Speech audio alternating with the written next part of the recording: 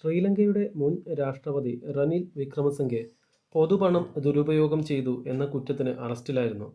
ശ്രീലങ്കയുടെ ചരിത്രത്തിൽ തന്നെ ആദ്യമായാണ് ഒരു മുൻ രാഷ്ട്രപതി അറസ്റ്റിലാകുന്നത്. 2022 മുതൽ 24 വരെയാണ് അദ്ദേഹം പ്രസിഡന്റായി സേവനമനുഷ്ഠിച്ചത്. അദ്ദേഹം 2023 ലണ്ടനിൽ തൻ്റെ ഭാര്യയുടെ കൺവൊക്കേഷൻ കാണാൻ പോയപ്പോൾ ടാക്സ് പേയേഴ്സിൻ്റെ പണം ചെലവാക്കി എന്നും പറഞ്ഞാണ് ഇപ്പോൾ അദ്ദേഹത്തെ അറസ്റ്റ് ചെയ്തത്.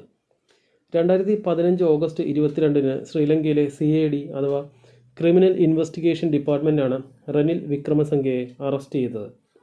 $50,000 ചെലവാണ് മന്ത്രിസഭയും അംഗങ്ങളും സുരക്ഷാ ടീമും ഉൾപ്പെടെയുള്ള സംഘത്തിന് ചിലവായത് എന്ന് കണക്കാക്കിയത്. ഇതോടെ ശ്രീലങ്ക ചരിത്രത്തിൽ അറസ്റ്റിലാകുന്ന ആദ്യ മുൻ രാഷ്ട്രപതി എന്ന റെക്കോർഡും അദ്ദേഹത്തിന് ലഭിച്ചു. ശേഷം അദ്ദേഹത്തിന് അസുഖം കാരണം ICUവിലേക്ക് കൊണ്ടുപോയി പിന്നീടാണ് ജാമ്യത്തിൽ പുറത്തിറങ്ങിയത്.